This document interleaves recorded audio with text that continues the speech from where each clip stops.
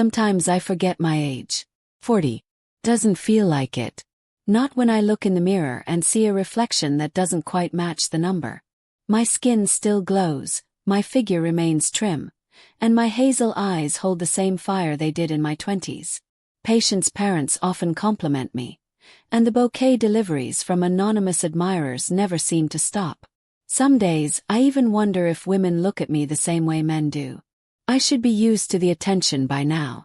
But every time I catch someone's lingering gaze, I feel both flattered and burdened. My life isn't as free as people assume. I am a wife, a mother, doctor, someone who carries responsibility on her shoulders like an old, familiar weight. My husband, Matteo, is Italian. And like most Italians, he is passionate, expressive, and fiercely protective of what is his.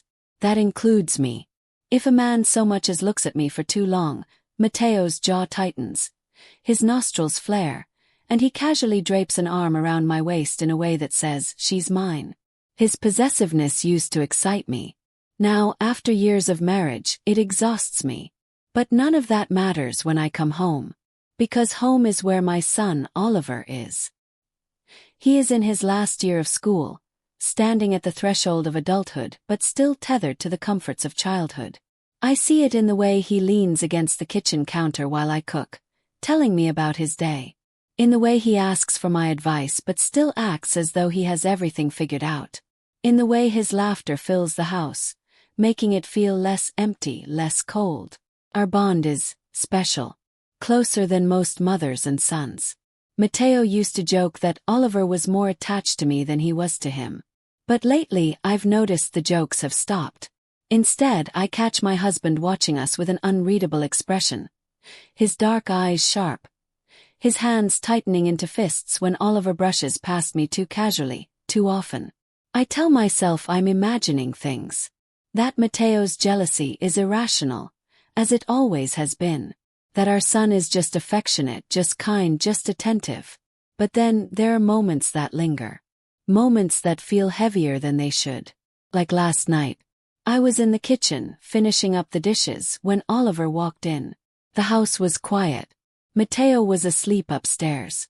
I expected Oliver to grab a snack and leave, but instead he stood there, watching me. "You're up late," I said, wiping my hands on a towel. He leaned against the counter, arms crossed. "So are you," smiled. "Mothers don't get to sleep early." His gaze didn't waver. "You should though. You work too hard." Something in his voice made my breath hitch. It was softer than usual, deeper. Almost intimate. I turned away, reaching for the cabinet to put away a glass. But before I could, Oliver was there. Close, too close. His hand brushing against mine as he took the glass from me and placed it on the shelf himself. I inhaled sharply. It was innocent. Had to be. And yet, as I stepped away, I felt my heart racing. Oliver didn't move. His presence loomed behind me, warm and familiar, but laced with something else. Something unspoken. I swallowed. "You should get some rest. Big day tomorrow, right?" "Yeah," he murmured. "Graduation's coming up." I forced a smile. "And then you'll be off to college." He didn't respond. The silence stretched between us, thick and weighty. I could feel his eyes on me, tracing the contours of my face, my hands, my shoulders. I told myself I was overthinking it. That it was just a mother and son sharing a quiet moment before life changed forever. But when I finally met his gaze, I saw it. Something Matteo must have seen long before I did. Something that sent a shiver down my spine. And in that moment I knew, whatever this was, it had already begun. "Mom," Oliver said softly, his voice carrying the weight of something unspoken. "Can you check something for me?" I turned to him, my fingers still gripping the edge of the counter. "Check what?" My voice was steady, but inside I was unraveling. "My heart," he said simply, his eyes locked onto mine. "My breathing. I've been feeling off lately." The request caught me off guard. I had been a pediatrician for years, examined hundreds, no thousands, of children, and yet, standing there with Oliver watching me so intently, I felt strangely unprepared. I let out a slow breath, trying to ground myself. "All right," I said, reaching for the stethoscope I always kept in the small drawer by the kitchen. "Let's see." He stepped closer, and I became acutely aware of how tall he had grown. He had always been slender, but in the last year he had filled out, his shoulders broadening, his posture shifting into something more confident, more assured. I had spent years watching him grow, but somehow tonight he seemed different, less like the boy I had raised and more like a man I was still learning to understand. I swallowed as I placed the stethoscope into my ears. "Lift your shirt," I instructed, my tone remaining clinical, professional. Oliver obeyed, pulling his t-shirt up and exposing his chest. My hands, steady and practiced, pressed the cold diaphragm of the stethoscope against his skin. He exhaled sharply at the temperature, and I allowed myself a small chuckle. "Still as dramatic as ever," I murmured. His lips curled into a half-smile, but he didn't say anything. I focused, listening to the steady thump-thump-thump of his heart. It was strong, healthy, rhythmic. There was nothing unusual about it, and yet I felt something stir inside me. A strange sensation that had nothing to do with medicine and everything to do with the way he was watching me. His eyes dark and searching. "Take a deep breath," I instructed. He did, his chest rising under my palm. The warmth of his skin seeped into me, and for a second, I hesitated before moving the stethoscope lower. My fingers grazed his ribs, his stomach. He was solid, strong. Not the little boy who used to cling to my waist when he was scared.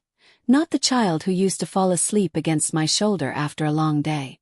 Another deep breath. I listened carefully, forcing myself to concentrate. There was nothing wrong.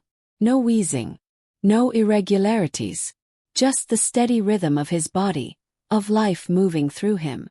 "It all sounds fine," I said finally, pulling back and removing the earpieces. Oliver didn't move. His shirt was still raised, his skin still exposed, and for a moment I thought he was waiting for something. "Are you sure?" he asked, tilting his head slightly. I frowned. "Yes.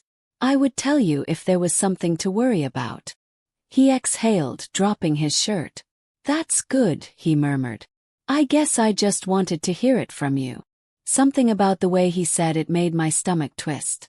"You can always come to me," I reminded him, stepping back, needing the space. "You know that." "I do," he said, his voice softer now. "That's why I asked you." I nodded, but my throat felt tight. I turned away, busying myself with putting the stethoscope back, but I could still feel him behind me, still standing too close, still watching me in that way I wasn't sure I knew how to interpret. "Good night, Oliver," I said, my voice firm but kind. And then, "Good night, Mom." I waited, listening as his footsteps retreated down the hall. And yet, even after I was alone, I could still feel the weight of his presence lingering in the air. The night was quiet, save for the occasional rustling of the trees and the distant hum of the city beyond our backyard. The air was cool, crisp against my skin, but I barely felt it. I wasn't a smoker. Never had been. I had spent years warning my patients about the dangers, lecturing Oliver when he was younger about the importance of keeping his lungs healthy. And yet, here I was, standing outside on the back patio, a cigarette between my fingers, the soft glow of the ember illuminating my hand as I brought it to my lips. I wasn't even inhaling properly. It was more for the feel of it, the quiet rebellion of doing something out of character, something that felt wrong and yet oddly fitting. Maybe it was stress. Maybe it was the weight of everything I had been feeling lately. The shift in the air between me and Oliver, the way Matteo had started looking at me differently, like he could sense something was changing even if he didn't know what. I took another slow drag, watching the smoke curl into the night air, and exhaled. And then I heard footsteps. I reacted instinctively, flicking the cigarette away before I even turned around. It hit the pavement with a tiny spark before vanishing into the dark. My heart was already racing when I saw him. Oliver. He stood there, watching me with something unreadable in his expression. His hands were tucked into the pockets of his hoodie, his posture relaxed, but there was something about the way he was looking at me that made me feel exposed. You don't have to throw it away, he said, a small smirk tugging at his lips. It suits you. I let out a slow breath, trying to calm the sudden rush of adrenaline. It doesn't suit me, I said, shaking my head. It was just a moment. He stepped closer, tilting his head slightly as he studied me. No, it does, he insisted. Like something out of a movie. The mysterious woman smoking alone in the night. It looks good on you. There was something in his voice, something I couldn't quite put my finger on. Quiet admiration. A boldness that hadn't been there before. I swallowed, shifting my weight from one foot to the other. You shouldn't be up this late, I said, trying to steer the conversation back to something normal. He shrugged. Couldn't sleep. Something on your mind? I asked, though I wasn't sure I was ready to hear the answer. He hesitated for a moment, then said, Give me one. And blinked. What? A cigarette, he said, stepping closer. Give me one. I stared at him, waiting for some sign that he was joking. But he wasn't. His expression was calm, steady, like he had every right to ask me for something like that. Oliver, you don't smoke, I said, still trying to process the request. Neither do you, he countered, arching an eyebrow. But here we are. I swallowed hard. He wasn't wrong. And yet, the idea of handing him a cigarette, of watching him press it between his lips, felt strange. That's not the point, I said, my voice quieter now. It's not good for you. He chuckled, shaking his head. I'm not a kid, Mom. And that was what stunned me the most. The ease in which he said it. He wasn't asking. He wasn't looking for permission. He was stating a fact. He wasn't a child. He was a man now. A man who could stand in front of me with that quiet confidence, that steady gaze, and make me question why I still saw him as anything else. For a moment I hesitated. And then, without fully understanding why, I reached into my pocket and pulled out the pack. I held it out to him, half expecting him to smirk, to make a joke about how easy it was to convince me. But he didn't. Instead, he took one, rolling it between his fingers before bringing it to his lips. And as I reached for the lighter, as our hands brushed in the dim glow of the patio light, I realized that something had already changed between us. And there was no going back. I flicked the lighter, the flame casting a soft glow between us. Oliver leaned in slightly, lighting the cigarette with a quiet inhale. His face momentarily illuminated. The way he held it, calm, confident, made it clear this wasn't his first time. I shouldn't have given it to him. I knew that. But something about the way he had asked, the way he had looked at me, had made it impossible to say no. He exhaled slowly, the smoke curling into the night air. His eyes were on me, steady, searching. Are you happy with Matteo?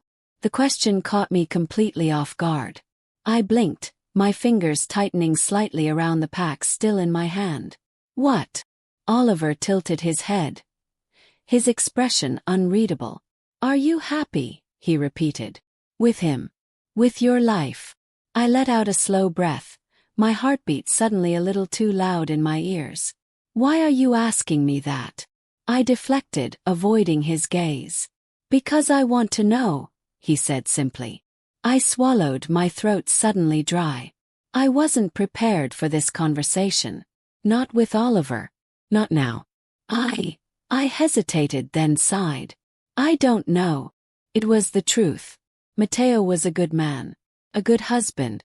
But he was also possessive, jealous, always watching me as if I were something he had to keep under lock and key. First I had mistaken it for passion. Now it just felt like suffocation. Oliver nodded slowly, as if he had already known my answer. You deserve to be happy, he said, his voice softer now. You deserve someone who sees you, who understands you. I frowned, glancing at him. Oliver, what are you? I see you, he interrupted, stepping closer. I always have. My breath caught in my throat. You think I don't notice, he continued, his voice low, steady. The way you smile when you're with other people, but it never quite reaches your eyes. The way you laugh just enough to make it seem like you're okay. But I can tell you're not. Oliver, I whispered, my hands trembling slightly. I've spent my whole life looking at you, he admitted. Watching you take care of everyone. Watching you be everything to everyone else while no one stops to ask what you need. I swallowed hard, shaking my head. This isn't right. But it is, he insisted. Because I love you. The words hung in the air between us, heavy and inescapable. I took a shaky step back, my mind racing. You don't mean that, I said quickly. You're just. I do, he interrupted again, his gaze unwavering. I've known it for a long time. I just never said it. But I can't keep pretending, Mom. Not when I know you feel it too. I exhaled sharply, pressing a hand to my forehead. This was too much. Too sudden. Too overwhelming. Oliver reached into his pocket, pulling out a small tin. He popped it open, taking out a mint before offering one to me. I stared at it for a moment before hesitantly taking it, my fingers brushing against his. The touch sent a shiver up my spine. We stood there in silence, the mints dissolving slowly on our tongues, the coolness spreading between us. And then, before I could stop him, before I could stop myself, Oliver leaned in. It was slow at first, hesitant. Test. Question. And when I didn't pull away, he kissed me. Gentle. Like he was afraid I might break. But I didn't. Kissed him back. Because, in that moment, nothing else existed.